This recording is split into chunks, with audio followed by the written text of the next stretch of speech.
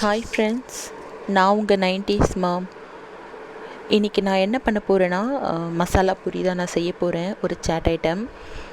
வீட்டில் இருக்கிற பொருளை யூஸ் பண்ணி தான் நான் வந்து இந்த ஸ்நாக்ஸை வந்து நான் வந்து செஞ்சுருக்கிறேன். ரொம்ப ஈஸியாகவும் இருக்குது, இது ரொம்ப டேஸ்ட்டாகவும் இருந்தது. சரி, இது ஒரு வீடியோவாக போடலாம் அப்படின்ட்டு நான் எடுத்துருக்கிறேன். இதுக்கு தேவையான பொருள் நம்ம பார்த்துடலாம். பச்சை பட்டாணி சூப்பர் மார்க்கெட்டில் கேட்டிங்கன்னா கிடைக்கும். நான் இது ஒரு 1/4 கிலோ, ஒரு 250 கிராம் நான் எடுத்துருக்கிறேன். ஒரு 4லேருந்து ஒரு 5 மணி நேரம் தான் நான் வந்து இதை ஊற வச்சுருக்கிறேன். ஃபுல் டே ஊற வைக்கணும்னு கிடையாது. இப்போ இதை வந்து குக்கரில் போட்டு நாம் வந்து வேக வச்சு எடுத்துக்கலாம்.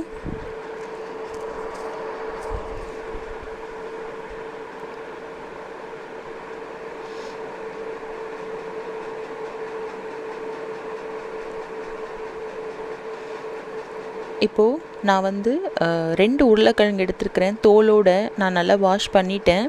நான் தோலோடவே போட்டுக்கிறேன். நான் இதுக்கு தேவையான அளவுக்கு உப்பு ஆட் பண்ணிக்கலாம். பட்டாணி முழுகிற அளவுக்கு தண்ணி ஊற்றினா போதும். ஒரு 4லேருந்து ஒரு 5 விசில் விட்டால் போதும். இல்லை விசில் அதிகமாக விடணும் அப்படின்னு உங்களுக்கு தோணுச்சுன்னா நீங்கள் தாராளமாக தண்ணி ஊற்றி விசில் விட்டுக்கோங்க. ஏன்னா நமக்கு இது குழைய வேகணும். இப்போ நம்ம பூரிக்கு தேவையான பொருள் பார்த்துடலாம். நான் வந்து இந்த ஒரு பவுலில் வந்து நான் வந்து மைதா மாவு எடுத்துருக்கிறேன். நமக்கு தேவையான அளவுக்கு நம்ம பூரிக்கு தேவையான அளவுக்கு நம்ம மாவு எடுத்துக்கிட்டால் போதும். 1 டேபிள் ஸ்பூன் வந்து ரவை இதோடு ஆட் பண்ணிக்கலாம்.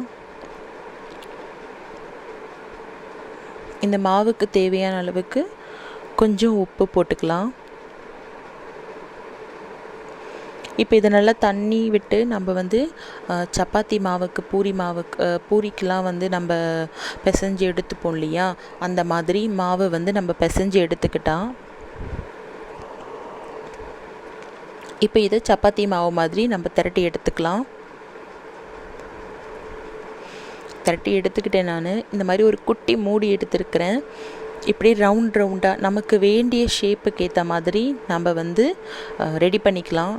நான் இந்த மாதிரி குட்டி மூடி எடுத்து நான் வந்து ரவுண்டாக நான் வந்து ரெடி பண்ணி வச்சுருக்கிறேன். அப்புறம் டைமண்ட் ஷேப் இல்லைன்னா பாக்ஸ், நமக்கு வேண்டிய ஷேப் வந்து நம்ம ரெடி பண்ணிக்கலாம். இப்போ வந்து நம்ம எண்ணெய் சூடாயிடுச்சு. இப்போ நான் ஒன்று ஒன்றா போட்டு நான் வந்து நல்லா பொரித்து எடுத்துக்கிறேன். பாருங்கள், போட்ட உடனே நல்லா புஃப்னு உப்பி வருது பார்த்தீங்களா பூரி. இந்த மாதிரி ஒன்று ஒன்றா போட்டு நம்ம நல்லா பொரித்து ப்ரௌன் கலரில் மாறுற வரைக்கும் நம்ம நல்லா பொரித்து எடுத்துக்கலாம். இது நல்லா முறுமுறுனாவே இருந்தது. இப்போ நம்ம இதை எடுத்துக்கலாம். நல்லா பூரி வந்து நல்லா வந்திருக்கு. இப்போ நான் வந்து மசாலா அரைக்கிறதுக்கு தேவையான பொருள் பார்த்துடலாம். அதே கடாயில் நான் 2 பச்சை மிளகா, பூண்டு ஒரு 4 பல், கொஞ்சம் இஞ்சி, ஒரு வெங்காயம், இது நான் அப்புறம் ஒரு சின்ன சைஸில் வந்து ஒரு தக்காளி, இதையெல்லாம் போட்டு நல்லா வதக்கி எடுத்துக்கலாம். இப்போ விசில் வச்சு எடுத்ததில் வந்து பட்டாணிலாம் வெந்தாச்சு. இது நான் வந்து ஸ்மாஷ் பண்ணி வச்சுக்க போகிறேன். இப்போது மசாலாவும் வதங்கியாச்சு. இப்போ இதை அரைச்சி நம்ம எடுத்துக்கலாம். இப்போ ஒரு கடாயில் கொஞ்சம் எண்ணெய் விட்டு கொஞ்சம் வெங்காயம், ஒரு அரை வெங்காயம் போட்டுக்கலாம். இப்போ நம்ம அரைச்சி வச்சோம் இல்லையா, 2 பச்சை மிளகா, இஞ்சி, பூண்டு, வெங்காயம், தக்காளி, அந்த மசாலா போட்டு நம்ம எண்ணெயில் போட்டு டைரெக்டாக போட்டு நம்ம வந்து வதக்கிக்கலாம். இது ரொம்ப வதங்கணும்னு கிடையாது, ஏன்னா ஆல்ரெடி நான் வதங்கி தான் போட்டிருக்கேன். இப்போ சைடில் எண்ணெய் விட ஆரம்பிச்சிருச்சு. இப்போ நான் வந்து உருளைக்கிழங்கையும் பட்டாணியும் நான் நல்லா வந்து நசுக்கி வச்சுருக்கேன். அதையும் நான் ஆட் பண்ணிக்கிறேன். நல்லா மசாலா கூட நம்ம நல்லா வந்து கிளறி எடுத்துக்கலாம்.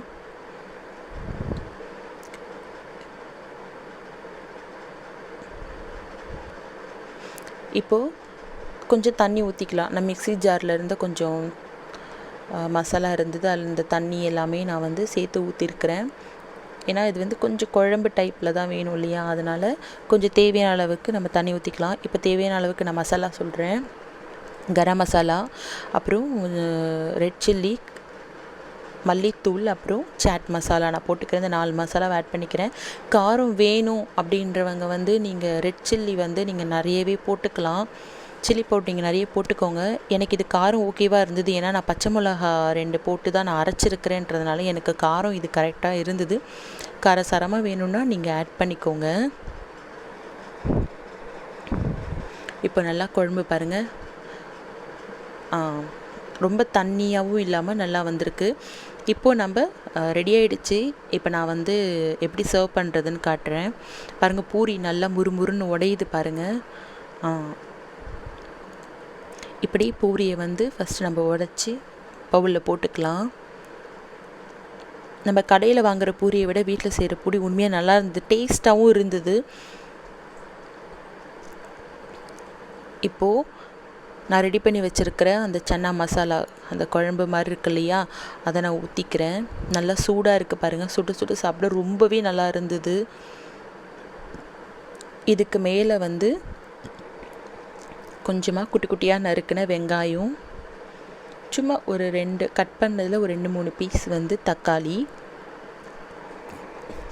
கொஞ்சம் கொத்தமல்லி, புதினா, ஏதாவது நீங்கள் உங்களுக்கு வேண்டிய ஃப்ளேவர் போட்டுக்கோங்க.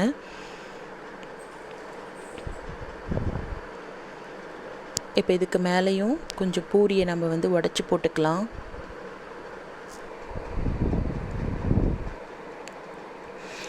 இது உண்மையாக நல்லா இருந்தது. நீங்கள் செஞ்சு பாருங்கள். நீங்கள் செஞ்சு பார்த்துட்டு எனக்கு சொல்லுங்கள். ரொம்ப சூடாக இருக்குது. சாப்பிட்டு பார்த்துட்டு நான் உங்களுக்கு வந்து இந்த வீடியோவை நான் போட்டிருக்கிறேன். அதனால் நீங்களும் சாப்பிட்டு பார்த்துட்டு இது எப்படி இருக்குதுன்னு எனக்கு நீங்கள் சொல்லுங்கள். இதில் சாட் மசாலா போட்டதுனால அந்த அந்த நம்ம பீச்லலாம் சாப்பிடுவோம் இல்லையா, அந்த டேஸ்ட் இருந்தது. நீங்கள் இதை செஞ்சு பாருங்கள். செஞ்சு பார்த்துட்டு எனக்கு கமெண்ட்ஸில் சொல்லுங்கள் எப்படி இருந்துச்சுன்னு. என்னோடய வீடியோ உங்களுக்கு பிடிச்சிருந்ததுன்னா நீங்கள் லைக் பண்ணுங்கள், ஷேர் பண்ணுங்கள், உங்கள் ஃப்ரெண்ட்ஸுக்கு ஷேர் பண்ணுங்கள். மறக்காமல் என்னோடய சேனலில் வந்து சப்ஸ்கிரைப் பண்ணுங்கள். பெல் ஐக்கானை மறக்காமல் அமைக்கிடுங்க. தேங்க்யூ.